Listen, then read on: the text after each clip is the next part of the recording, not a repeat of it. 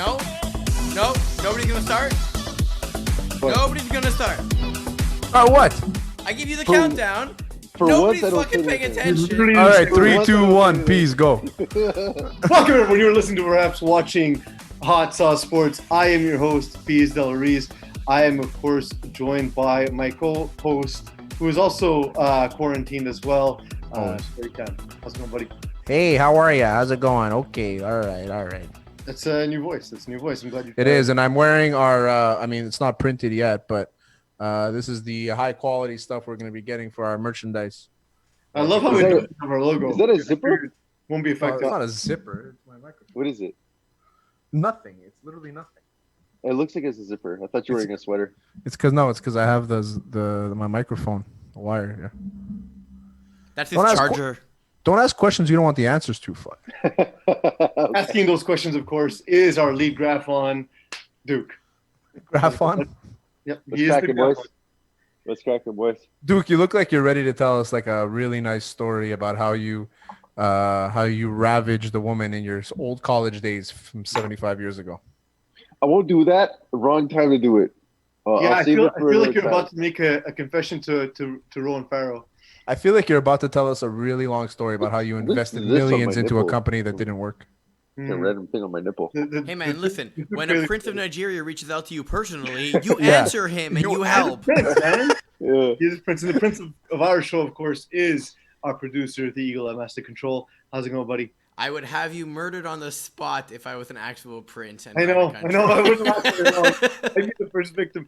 I was talking to the boys from the Paving the Way podcast. For those who haven't checked out the hot sauce interview that Eagle and I put out this week, we sat down and talked to the guys from Paving the Way podcast, it's a bilingual basketball podcast, and we talked about The Last Dance, of course. There's our final our final words on that docuseries, aside from the article that's going to be posted tomorrow morning. So definitely also read that. But we said that Eagle was kind of like Jordan in that Jordan went to 6 championships and won them all. Eagle's been dealing with me on several podcasts for 6 straight years. Champion. So who's more impressive in your opinion? To me, obviously Eagle. Guys, quarantine's Fuck starting you, to get MJ. the best of us, but restrictions are slowly being lifted. So we're closer and closer to getting back to the studio and closer to doing our regular show. I'm excited for that. But You guys want to get back into the studio? kind of. No, You Yeah. are at the studio, I know. I'm good. I'm I here like it. already, I like so- it like this.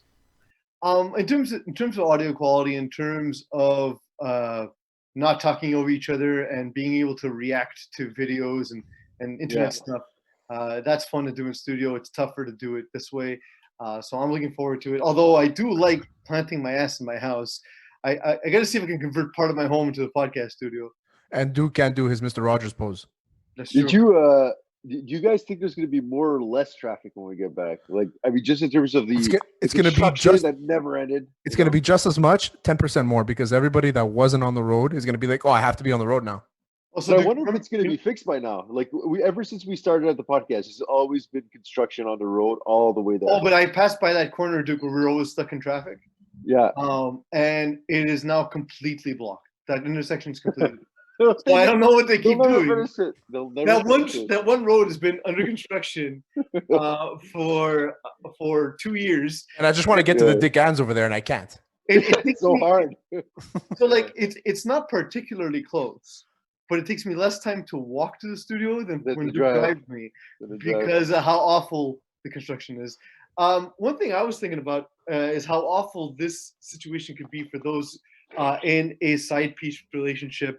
How long has it been for all those who said, hey, I promise I'm single. How long is it before their side piece realize, oh no, he's at home with his girlfriend and can't answer these texts and or calls? There you So, go for it. so I figure that this quarantine has probably ended more relationships than it's fixed. Yeah. Okay. And I think that, I mean, I know of a friend of mine knows of 3 divorces already, not including mine. no, yours doesn't count though. Yours This doesn't was in count. December. Yours was about technically it does because coronavirus started happening before December, Okay. but we didn't know about it then. So I mean, we knew about it. It's just that like technically- Terry's mind was in China, right? So he's a little bit like predicting the future. Yeah. There you go. Now, you know, Terry can predict the future. Because Terry like Tam. I'm an I agent. was thinking though, so like, do you think it's created, it's ended more relationships or created new ones with guys with nothing to do with their dick in their hands, sending out DMs all night. Not like the DMs are risk free because you can't meet up, So- but now that the sexual transmitted disease known as COVID-19 is passing, the days to maybe meet up with those you've DM'd are slowly coming to pass. So I've Yeah, never. so- Go ahead, Ego. I was gonna say, I find now especially, COVID relationships are a lot like American politics. They're COVID. very polarized. Either you guys like are super much more tight and everything because you spend so much time together, or Yeah. you fucking hate each other and you can't do anything. Like there's no Yeah. middle ground. yeah. I was gonna say for me, it's actually been kind of awesome because my wife and I work different shifts. I have the podcast. I'm almost never home usually, so I was worried. I'm like, man, she's gonna be spending all this time with me, but no, it's And you're already insufferable enough as it is 1 hour a week. I know. so. I can't. I know, imagine that. like honestly, She deserves a medal, man, or something. But At least anyway, a statue somewhere. But the question's more about like who would stay. Like, I guess what you're trying to say is like, are there more couples that are going to survive this, or more couples that are not? And honestly, it really depends. There's a lot of things that depend on it. Like, how long have they been together? I'm I was asking a different having a question. similar. I was having a similar conversation that like, I feel like if you're a newer couple during this, it's probably not going to last. Oh, You know, and I especially- can especially agree if to you're- that. Yeah. You know, especially if you're away from each other. Hmm. If you're not seeing each other, I can see that as an issue. But also, being a new couple, 3-4 months in, you don't really know each other that well. You don't know your shitty tendencies. You don't know what pisses each other off. Like a younger relationship that's been together for 3-4 months, like I can't see them going 10 weeks where they can't see anyone else. I can't see that working. Yeah, I guess. you But can that say wasn't the question I was asking, though. I was asking for those specifically the side piece relationship. Like, are fuckboys going to be getting their dicks wet more with new relationships, or are they now just walking with it between their legs, saying like, "Oh man, I screwed up. My girl found out, and my side piece found out. I'm going to be completely lonely as soon as COVID ends." That's probably happening a lot. But I know we all know this person. I'm not gonna blast him, but he matched with a relative of mine on Tinder or whatever dating app. I've never used a dating app, so I don't know how they work. Terry, I told her I'm taken already. I thought And you were his gonna say it was Mo Khan, and I'm like, he doesn't have. A no chance. way, no, he's not matching anybody. Is he back yet? By the way, from like his suburban jungle, desert, underwater, ground, spaceship trip to nowhere. Well, he's been making grammatically incorrect tweets all day, so he's back. No, so and the guy that we know, his Tinder profile says, if you like I'll fall for you if you like McDonald's, and I'm like, fuck, I like McDonald's. He's casting a wide net, man. He's casting a wide net. For people with terrible taste, choose me. But also in his profile picture, he has a picture of me. In his profile, yeah, because it's our team. I'm not going to say what sport it is. So technically, when that person decides, "Hey, I'm going to hook up with this person we know," they're really saying, "I'm going to hook up with Terry Tan," only Yeah. to be severely disappointed. I mean, disappointed, relieved should be more of. It's true. It's true. Duke's clearing his throat means he's bored. Yeah, super fucking bored. What are you talking about? Are we supposed to talk about sports here? Okay, We let's are. talk We about are. sports so And, Duke can wake up a bit. What other sport? So Mr. Rogers can wake up. There's Terry. I don't know about you. I have a specific era. Maybe it's related to like my age and like sort of like our ages. There's a specific era in sports, whether it's wrestling, baseball, or boxing. The 90s for me is supreme, right? Like Yeah, it's true. I still talk. I could still list probably all major league starting rosters from the most of the 90s. Oh yeah, for sure. I went down the path listening to Undertaker entrance themes this week, and then finally we saw the post with Mike Tyson looking shirtless, and my God, I'm disappointed because I'm about 20 years younger than Mike Tyson, and I will never look as good as he looks now. Mike Tyson looks absolutely great now, and Eagle's probably going to post up the picture. So Mike Tyson right now, he's being offered $20 million to do another boxing fight, and he says that he's going to donate all the money to charity, and it's good for him. He was actually he went on a sports show probably 3 months ago, 2 months ago, and he was kind of crying because he says he has no purpose in life anymore. You know, he started his weed company and his cigar company and all these companies. He's obviously he's not struggling. He has his book, he has his podcast, he does a lot of things, but he feels like he doesn't have a purpose anymore because he's a fighter. He's a born fighter. He's been fighting since he was 16 years old at the highest level. So, and he just decided to start training again with Vitor Belfort from the UFC. And man, the guy looks unbelievable. Unbelievable. Imagine if that's what you told your parents. They're like, "Oh, honey, what do you want to be when you grow up?" I want to punch people in the face. Well, I know guys that started fighting at 14 years old. Like they either did like amateur boxing or jiu-jitsu, and it's what they wanted to do. And their parents are in their corner every fight, and you know, it's like Rory McDonald. For like he trains here, but he's from Vancouver. He was in the UFC. Now he's in the PFL, and he became a professional fighter at 16 years old because he knew he wanted to do that. He wanted to be GSP, and that's what it was. Yeah, I've always said there's something about the psychology of wanting to get punched in the face. And we all saw that video of Mike Tyson still displaying that amazing hand speed. But what I've heard, Terry, and as much as you tend to be a UFC expert, and you know a ton about fighting in general, I actually know boxing a little bit more than I do know the UFC. One thing I've always heard is that the hand speed is the last thing to go. So while Mike Tyson still hit hard, while he still his impressive hand speed, his instincts in the ring, his reaction speed, his footwork would not, and his endurance would not be what we remember from '90s Mike Tyson. Well, listen, it's not going to be a standard boxing fight then from like what we've usually gotten from Mike Tyson. First of all, your hand speed is the last thing to go, but your chin is the first thing to go. That's known. Your chin, if you can't take a punch anymore, you're not taking one any. You're not gonna be able to get back your chin.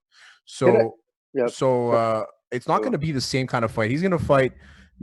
Tito Ortiz has been rumored. Tito Ortiz wants to fight him. He said that they're going to double Mayweather McGregor numbers, which I don't think will ever happen. They had like 3.5 million pay-per-view buys. Like it's not gonna. You're not going to get more than that. Tito Ortiz, Tito Ortiz thinks he's still relevant, and he's the reason why I started watching the UFC.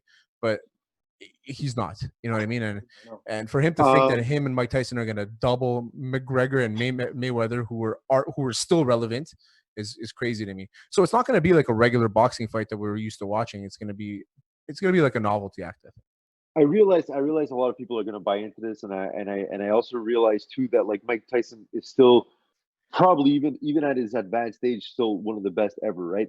But goddamn, it bores me. Like if there's one thing I need more than ever, it's like younger athletes, like younger fighters, similar to what like Conor McGregor was when he was coming out, where he was like just loud and stuff. Like I want personality in these things, and I find Mike Tyson. I mean, would I pay for a Mike Tyson pay-per-view? Maybe not. I would. Yeah, of course you would, for sure. Like that's definitely something that you're not going to, but you would. No, but it's. I don't see the attraction. I don't see the attraction of watching old guys fight. Like I agree with you. But the fact that he said he's going to do it for charity, which means it's not like a get rich quick scheme. It's not going to be done cheaply.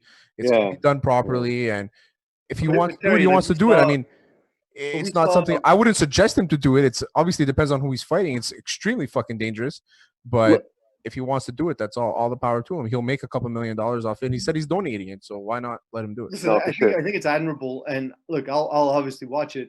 But the thing is that will you watch it though, or are you just gonna watch like the next day? I'll watch the highlights. Yeah, I'm not gonna watch the highlights. Yeah. But the thing is, that's the problem. Yeah.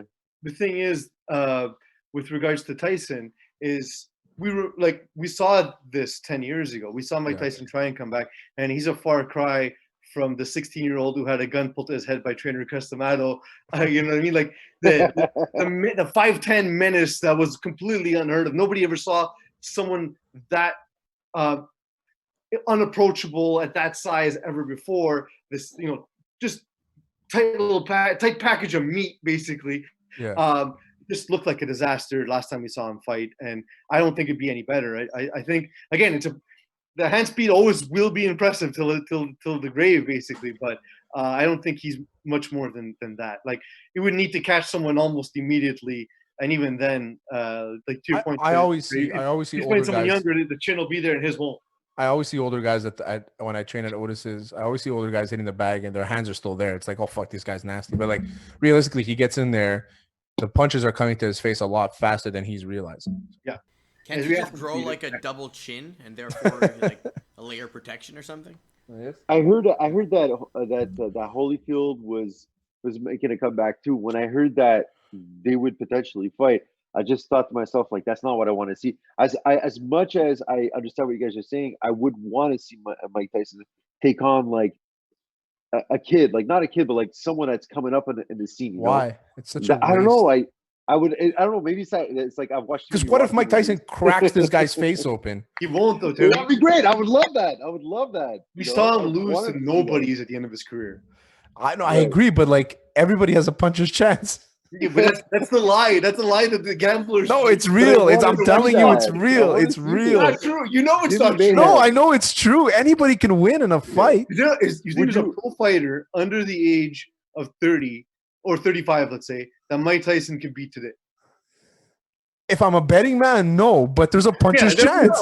There we go. But there's a puncher's chance all the time. They said it about Conor and Floyd Mayweather, and Floyd Mayweather played with Conor McGregor. So, but okay. Are we gonna get this? So Conor McGregor did a lot better than a lot of people said he did. Oh, he did fine. He's just not Floyd Mayweather in boxing. Nobody's Floyd Mayweather. Floyd Mayweather is the best boxer of all time. Agreed. Wait. Okay, I'll give it to you. Pound for pound and defensively, there's nothing's even come close. Floyd Mayweather has never been punched. No one's ever laid a finger on him. Yeah. He's the only guy who's fought 51 fights and he doesn't slur his words. You know? I'm just saying that I know that the downside is that Mike Tyson gets knocked out, but I would watch that. I'd rather watch that. If he gets knocked out, you don't have to watch it. It'll just be all over the internet. Yeah, that's it. And we'll post it. We'll post it on our Yeah, you just have to watch hotsaucesports.ca. Terry, some teams are looking to return. Some leagues are looking to return. The NHL is looking at a 24-team sort of tournament instead of the regular playoff, instead of returning to regular season. What are your thoughts on that format? I think that they should finish. I mean, I like the way with the NHL. I like the way they're doing it with the winning percentage because they can't play the other two games. A lot of teams, like in the idea that I had with that I wrote up in middle of April, was that they all finish up to 71 games because there's some teams that had two, maybe one or two games left. Mm-hmm. So they go up to 71. Then there's a new playoff format from there. So what they're doing now is, which I like what they're doing because it's innovative. Any innovation, hey, I'm all for it. And what they're doing now is the top four teams winning percentage will make it to the first round, past the first round. The other teams will play a best of five. And those best of five, they won't reseed. It's going to be like a bracket. So you know who you're playing against. And the top four teams that are left, they're going to play each other. So like a tune-up game. It won't change the standings or anything, but it will be like a tune-up game. And it's interesting. I like what they're doing. I like the fact that they've come up with an idea, and it seems like both sides have agreed. I know there's a lot of arguments and concerns and things like that, but at the end of the day, I think it's a great idea, and hopefully they get it done soon because I want to start watching hockey again. So I think the NHL has missed an opportunity here because for years they've been trying to push this rivalry agenda, right? Montreal-Toronto, Montreal-Boston, Toronto-Boston, Philly-Pittsburgh. Well, you can't really push it. It's already there. But they've really tried to milk the schedule out of making those matchups happen. Oh, okay, right? yeah. So here's a scenario. What if team number 5, whoever the 5th seed is. So 1 to 4, yes, they get on to the next round. They get to pick their matchup. Got to pick their matchup from 9 to 12. No, I was guessing because it's so ridiculous. And then number 6 got to pick from the remaining 3, and then number 7 got to pick from the other 2. So if you're Montreal, why would you pick? If you're Montreal, why would you pick Boston? They'll slap the shit out of them. You can pick someone else, but then also the other team be like, "Why the fuck you pick us? You think we're the worst team out of the group? We'll show you, right?" And it creates that energy and that bad blood. If you're a low seed team and you choose the best opponent, you're probably not going to advance anyway. No, it's 5 to 8 that pick 9 to 12. Yeah, right? Not the other way around.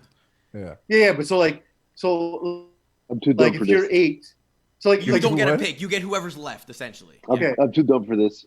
but if you're 5 and you take 9, for example, Yeah, exactly. Yeah, you're picking you the choose best, them, worst choose team. them, like, because just as a mind fucker, like, no, we're better than you. There's a reason you're 9th.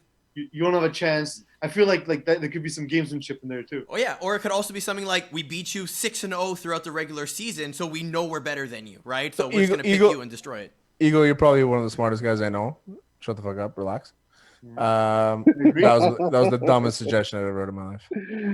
Works. I mean, Works. it's not a dumb suggestion. No suggestions are stupid in this. The fact is that they will never do that because as much as they want to push the rivalries, Eagle, you're right about that. They need teams like Montreal to play against Columbus because nobody cares about Columbus. They need teams like Boston to play against Columbus because nobody cares about Columbus. So that's why they would never do a thing where it's like, okay, you're going to play your rivalry week this week and you're going to be playing against Toronto. They'll never do that. It's not like college football. I know. It would just be nice. Speaking of which, I'm doing or even just the trash talk of, oh, you didn't pick us? Well, because you're scared, right? Yeah, that's true. They can just start trash talking there. But hockey players don't trash talk each other unless it's in group chats. Yeah, pretty much. They're not the only league looking at coming back. The NBA is looking at having a similar return. They're looking at having some. I don't even know if they'd be exhibition games, and then a 1-16 tournament that ignores the conferences, which I kind of find cool. Well, if they're all at a hub, it's cool. But if they have to travel West Coast, well, no, but that's taking for granted that they won't travel. Yeah, exactly. Okay. So there's been some theories that they might be playing at Disneyland. Although California, I heard about that. Mark Cuban wants to build hotels at Disneyland. Or something. Yeah. That was Mark Cuban's idea specifically. Yeah. It's a good idea. The thing is that that ownership group hates Mark Cuban, so they'll never take the suggestion. But more likely it'll probably be somewhere in Florida where everything is allowed.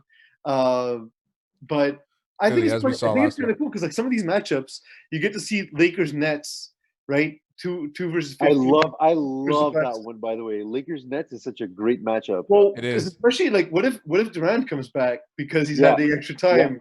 Yeah. Like what if this happens only in July or August and he's had the time now to heal? I don't think he wants to play. And we have LeBron and Kevin Durant first round in the first time ever that we have this tournament. It would be absolutely nuts. He went to Brooklyn to retire. I don't think he went to win. So I don't think he's gonna like that. I'm loving the Pacers Nuggets matchup though. That's one for me. If you're a Pacers fan, I would not love that matchup. I would never watch that matchup. I would never watch that. Oh, no way. No, but honestly, I like it. As long as, but I think you should, because the season's cut short, you have to include more teams than what you'd normally include in the playoffs. So I think stretching it to 20, 24 is the best idea. Well, they would be keeping 16, but like I said, they would be going cross conference, which again, it's cool because you might end up with like, for example, I don't know, let's say Bucks Raptors in the final. Yeah. Or I don't know. You could get 2 teams from the Eastern Conference or 2 teams from the Western Conference being able to play against each other in the finals. It'd be one of those things where people look back like 20 years later, like the hell happened here? Why was LA in the Eastern Conference? But I think it could be interesting. Okay, Raptors Grizzlies. That's what I like. That one's fun. That one I like because you would see Ja Morant and you see him playing against a Raptors team would be pretty cool. And also I was thinking that Celtics and the 76ers is a pretty good one too. Like that was battle. Like if they kept it conference wise, that matchup was gonna be the same, which is really nice, really nice. That's the one I would watch the most. Out of all the matchups, Celtics 76ers, that's the one I would probably catch every game. And what's cool is also the NBA has sort of had a reputation that despite being highly entertaining and the ratings keep going up, the one thing that's plagued the NBA is people always say, especially in the first 2 rounds, exactly what's going to happen. 100%. Yeah. We've been able to predict the finals every year, but this would sort of definitely toss a wrench into it. You might have to play a team that you thought you'd see the finals. Like we might get, but I guess not Bucks Lakers, but we might get matchups that we could foresee in the finals happening in the second round or third round of the playoffs. So I think that'd be pretty cool. Any other thoughts on it, boys, before we move on? No, right now I'm upgrading the Zoom to a Pro so we don't get cut off. I will say Awesome. That's that great, Terry, because I just want to make sure we got your thoughts on this next topic. It's very important, and in no way am I using it to troll you. Dak Prescott. I was about to fucking say something. I was gonna say that. Yeah, we don't care. Talking. I was literally okay. Never mind. Just say the thing. Doesn't matter now. Just keep going. Keep rolling. No. Let's be as awkward as possible. Look. So Terry, Dak Prescott refused another offer from the Cowboys. You're a Cowboys fan, so I'll start with you. What are your thoughts?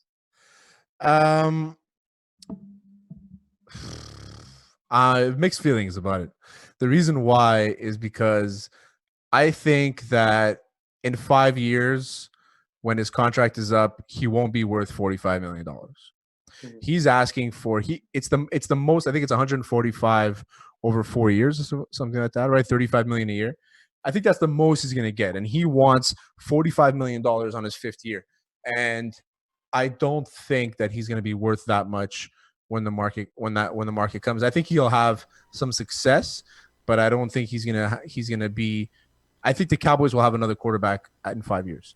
Yeah, so I think the problem is he wants a lot of money long term, and even though the market is hot right now, in order to get that combination, you need to be like really good. And he just hasn't proven at that level, right? So you'll get a lot of money, but short term. Or you'll get a long term, but you'll get less money and everything, right? That's why I'm like, if I were the Cowboys, I'd be like, you know what? I'm gonna sign Cam Newton to $1.5 million and have him and Andy Dalton fight for the job, and you're gonna have to fight there too.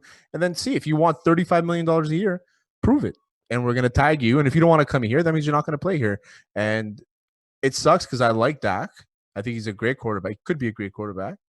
But I just don't see. It bothers me because it's like, do you want to win? If you want to win, take the most money that has been offered in a contract ever. Like, you know what I mean? Take it and just play football. Duke, thoughts?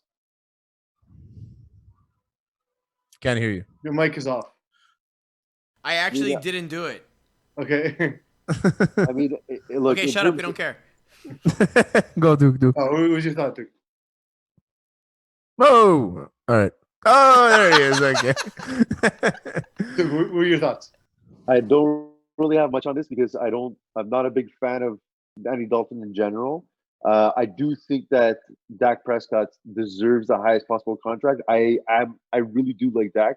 Do I think that he should be the highest paid quarterback in the NFL? It's hard to say. I've seen a lot of great moments from him in general, but I don't like this gamble that's going on right now, where you're just relying on Andy Dalton potentially being better than Dak in practice. No, I think you have to take Dak. That's never gonna happen. Where it's surprising because I actually thought Terry was going to be more pro Dak, and I thought Duke was going to be more anti Dak. So that was interesting. But I'm pro Dak to the point where I think he deserves this money that they offered him.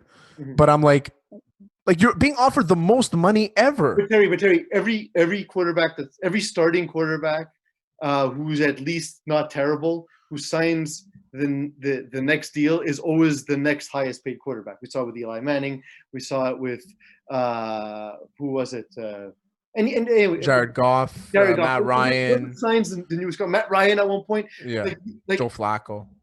The contracts don't necessarily equate greatness. They equate market value, which is dictated by the cap and the percentage of the cap that the quarterbacks go. The agents have all of this calculated. They know how much a top X quarterback is worth. Now, here's a couple of things as I was looking into this.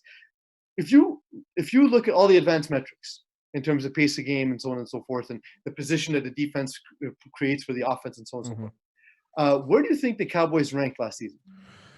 In terms of being put in the best position to score? Total offensive efficiency. It calculates how often you score based on all of the possible factors. Extremely low. Because Nope. What? They were second in the NFL. How? There's so many times where they didn't fucking score.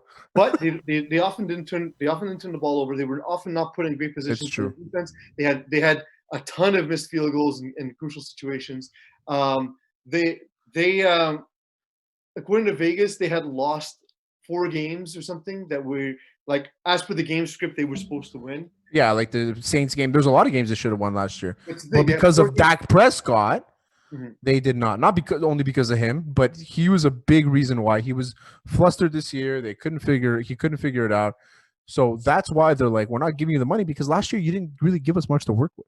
And that's also a gamble too, in a sense. Like when it comes, let's say he decides to sign a lesser contract, maybe a couple of years less money, and then when it's time for him to go, I always feel like these quarterbacks, they tend to take that personally, and they might not want to re-sign with you, and then you're stuck with Andy Dalton. Like nobody wants Andy Dalton as whoever they draft in 3 years, or to Terry's point, you have Cam Newton sitting there, and you're one of the few teams with the cap space to sign a quarterback at $1 or $2 or $3 or $4 million. So Duke, I have an example for you, right? You're obviously a Raiders fan. Let's say Derek Carr had to negotiate his contract, and he's asking 4 years at $45 million, right? Are you going to pay him that because the market's saying that's what he's worth? No. Well, what are you going to do? You're going to settle for Nathan Peterman? You're saying 45 over a 4, but also very, very different comparison. Dak Prescott's a way better quarterback than Derek Carr will ever be. And Dalton and Peterman, I mean, that's just, I don't even know who's better. They're both terrible. But what are the numbers on how good a quarterback does compared to the year before he signed his contract, his big contract? Like if we look at Joe Flacco, I think Matt Ryan's the only positive, good example to the point where he actually thrived with his bigger contract. I think that's more perspective than reality. I think people sort of look for the failure. And they tend to evaluate quarterbacks on wins, which I always make fun of as being a ridiculous concept because it's not ridiculous. It shouldn't be your first argument. Correct. It's like football, especially football. Like you can't win. Like we saw with the Colts, they couldn't protect Andrew Luck, who by all metrics was a very, very good quarterback, and they were a borderline playoff team for a decade, and then he retired early because he got tired of getting hit in the face. And then he got sacked the least amount of times ever and decided to retire. Yeah. So there's a yin and yang there. Yeah, for sure. Next. Yeah, that's enough. So I don't know if you guys saw this. Kevin Prince Boateng, the European footballer, soccer player, so to speak. Soccer player, you were saying. Stop reading Google. On loan to a Turkish team from Florence. His girlfriend, Melissa Sada, claims her dude is always injured because they have sex 7 to 10 times a week. All right. First of that's all, why he doesn't have his legs. First of all, if that's the case, if that's the Eagle, I mean, what are your numbers at? Well, it depends on the week. Some weeks are busier than others. But yeah, if you're a professional athlete and you have a bomb-ass girl at home and everything, and that's not what you're doing on your off time, there's a problem. So I'd say I'm about that 7 time. Yeah, 7. But I'm not an athlete. Yeah. I'm not an athlete. I don't see how that can affect your injury. Like to me, anything like, aren't you like more limber after? Aren't you all stretched out to go? I was actually talking about it this week when we were younger, because it's perfect. It's a perfect segue right here. Akeem Hoyt, he's doing his no nut May. He hasn't jerked off all month, and he says it's rough, but he feels springy. I do love that. When you asked me to contribute, you just texted me. You said, pick a date. It's going to cost you $5. I was like, okay, sure, but I want proof. And I had no idea what we were talking about. I said, sure, but I want proof. And then I saw on Instagram, and it was like, God damn it, I don't want proof. So Akeem is not drinking off for the entire month of May, and good for him. And I remember when you were younger playing football, our coach used to say the night before the game is don't leave it alone because your legs are going to be heavy the next day. So it's like this old way of thinking. But I can guarantee you that of 52 kids on that team, 45 of them were jerking off. Or having sex. Some of them might have jerked off each other. Right, Terry? Eagle. You know what? What happens in the North Shore Mustangs locker room stays in the North Shore Mustangs. Especially when coach is involved. No coaches. Ideally not. No coaches. Just weird. It's just weird. Oh yeah, so I saw that story. I thought it was pretty funny. I think it's bullshit. Yeah, I think so too. I think it's just to draw attention to them. And you know what? If it helps them build a brand, go for it. Terry, Cejudo retires. The title is now left vacant. What's next for MMA? And there's a lot to talk about in that division. So Henry Cejudo retires, leaves a vacancy open for the Bantamweight Championship. We just saw him beat Dominic Cruz. Dominic Cruz felt like it was an early stoppage. I didn't. So he'll probably get the next title shot versus somebody like Marlon Moraes Oliveira. There's a lot of guys that might come up. But what this does is it actually sets a huge precedent to the UFC. It's like if you have a guy at the top, make sure that he's taken care of or he's going to leave. And Henry Cejudo was making money for them. He wasn't the biggest draw, but he decided to retire at the right time. And he's probably going to fight a couple times the rest of his life and make a couple $1 million and ride off into the sunset. But I think that it's a huge vacuum right now because the bantamweight division is super tight. There's a lot of good fighters, and it's interesting. There was actually I saw a guy on Twitter talking about they might be doing like a 4-man tournament kind of thing. So cool. like, yeah. The first thing I thought of was when George St. Pierre retired. Now, sort of 5 or 6 years ago. Yeah. It seemed to come out of left field a little bit, and this kind of feels the same way. And that guy is sort of past their prime, but still highly effective. Letting go at the top of the mountain. Well, so Henry Cejudo has been competing at a high level for his entire life. Yeah. He was a D1 wrestler, Olympic gold medalist. You know what I mean? Like he never stopped competing. So for him, he just had a kid. It's good for him to take a break. With GSP, with him was he had financial issues with his former management company. He had just had a kid that was a little kind of under the radar. There's a lot of things about GSP retiring. A lot of people say it's because they started testing more for steroids and he retired right before. There's a lot of things like that, like a lot of rumors. And I think GSP did it well. He's like, I'm done and I'll come back maybe. And then he comes back and he wins the middleweight championship. In one fight. Did Dana White get the idea for Fight Island from watching the Street Fighter movie? It's so good. It's so true. That's all I can think of. I would have loved to watch that. In my head, when he said that, I was thinking of some kind of like a jungle with like torches all around. Like a kumite. Yeah. Like Bloodsport. That's a great movie, by the way. Bloodsport. Bloodsport? So great. Unbelievable. So good. It's the best martial arts movie.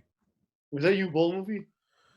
The who? I'm on it. The director, Uwe Boll. Yeah, I don't think it is, but I'm on he it. made 90s fight action movies, and I want to say it was. Oh, so he's a legend, and we should have a statue made of him. Oh, he's amazing. He's one of my favorite people of all time. It's actually Newt Arnold.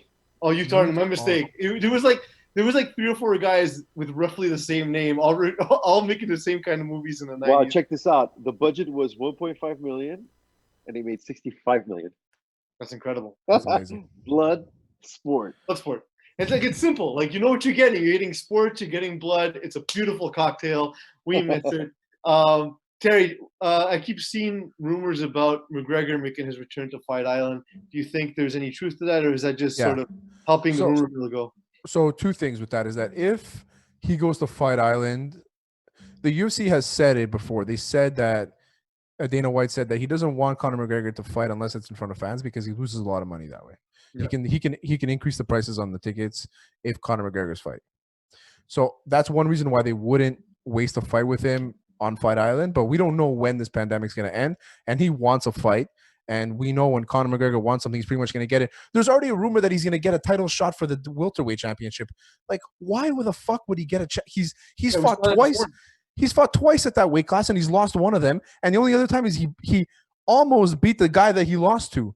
It's not even like it's not real anymore. What's going on?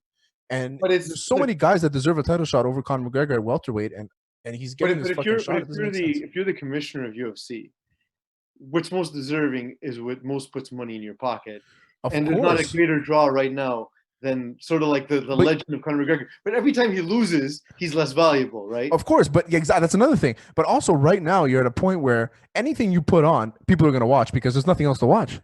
Yeah. So you don't have to put him for a belt. You could put him actually in his proper division at 155, and you can have him fight. On a nobody, we'd love it.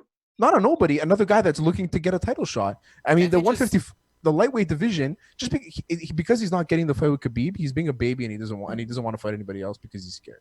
Just put him in a bikini and make him do the ring girl stuff. Walk around with a little sign. I mean, why not? The worst part about Conor is that every time there's a fight, he goes on Twitter and he calls out like 18 people. And he's just like, I'll fight you, I'll fight you, I'll fight you. Like, relax, man. Just have your whiskey and shut the fuck up. Duke, his terrible whiskey, by the way. No, it's not terrible. It just is better on rocks. Like But you was can't eat there it. was there that in a bar there's some old Irish guy that got mad at him? He'd be like, "Your whiskey." Yeah, because sucks." he was trying to force it down everybody's throat, and the guy's like, no, and he threw a glass in the guy's face. So is this piece being super elitist again? But Irish whiskey is actual trash, and just give me Scotch all day, every day. I mean, Scotch I'm not is the the type of way. guy. Say I'm not going to everywhere. tell you that Scotch is better than Scotch is the Irish way. or Then you're Tennessee wrong. or You're Japanese. wrong. I'm not going to tell you. I like a million different kinds, and it's if it tastes good to me, I'll drink it. Yeah, Like, okay, if there's- tomorrow you have to have one, and it's the only one you're ever gonna have ever again. Which one is it? It's not Irish whiskey.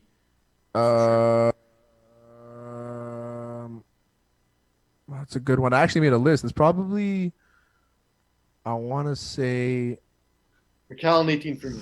I'll just Yeah, leave- exactly. I was Which one? gonna say like a. Well, depending. If you like smoke, you can go with like a Lafroig potentially. Freud is or great. Lagavulin will probably be the one. Lagavulin will be good too. Yeah. Yeah, I like Lagavulin, but a little too smoky for like the rest of my For life. regular day drinking. Yeah, I that's get a- it. that's I thing. want balance for like if I get a one drink on a like if I have to crash land somewhere and all there is a factory of this drink, like it's got to be something I can drink every day. Yeah, you And want your Macallan Lagavulin, 18. unfortunately, Yeah, I agree with you. for that. Yeah. I mean, there's a lot. I mean, I can talk about whiskey and cigars for hours, but it's there's a lot. But Lagavulin would be one. But like you said, it's not an everyday one. It's like once a week. But you're not once picking like a month. Bushmills or anything stupid. No, right? no. I'd probably pick like something like obscure. Like I like the Dickel, the special edition Dickel from Tennessee. Dickel's Like, that was good. really good. Tennessee whiskey is underrated, man. Oh, And big time. Is Tennessee in Ireland? Not that I know of, but it might have. It might have Is Tennessee in Ireland? Alternate Earths, you never know. Duke, Excuse me for a second. Crash landing. Take a break from getting to the. I know you're still looking at Bloodsport stuff, so Yeah. that, and Really was. if you crash landed next to a factory and you were never going to be found and you just got to drink that for the rest of your life, what factory would you crash next to? Oh, that's a good one. I know my It's answer. like factory in general, any kind of factory. Any kind of. Well, factor. ideally they produce alcohol, otherwise this question doesn't work. Oh, it's only alcohol. Oh, alcohol. I was I gonna mean, I say- guess it could be Snapple. I'd say like some kind of like a gin factory would be pretty sweet. Gin. I actually just I opened like that, Romeo's gin. because you can mix it. We can mix it with a bunch of stuff. You don't get bored after a while, you know. That's So many fair. That's different fair. things you can do. I would So I would land it. cucumber. I'd probably land in like craft dinner. Craft dinner. Wait, I thought this was just It's booze. like the ending of Terminator, but with Does it craft include dinner. food? Because I was gonna go Just food. soaking instead. into the cheese. No, I thought it was food, but then it turned into alcohol, so Is I it just said food? craft dinner. No, it's So, anything. I was already choosing food. All right, over boys. everything else. We got no more What kind of sports food left, factory? so I'm rapping music here. You can't hear Why? it, but they will. We're talking about booze. Keep Thank you, talking. Terry. You got a minute. Thank you, Eagle. Big You. factory. You've been Anyway, listening we to can Hot still Sauce finish this Sports. conversation. Is that a thing? what did you just crack open, Terry? That are not sponsors? Romeo's gin. And should they be sponsors? They should be sponsors. They're very good. Not Gin that fucking factory. cask I and will crew say, I shitty would ass. love whiskey. Irish whiskey if they give me money. Yeah, exactly. Whatever. Even a cask and crew, if they decide to sponsor and they say, "Hey, we'll give you money," it's become the worst whiskey to the best. It'll be the only thing I drink. It'll be a thing I bring to parties. I'll take pictures and post it with my face on every social media all the time, all day. Give us money because we are complete sellouts. Okay, bye. Good job, guys. Later, boys. Eagle, post it so I can start cutting it up. Yeah. Post it in the group so I can start cutting it up. Later.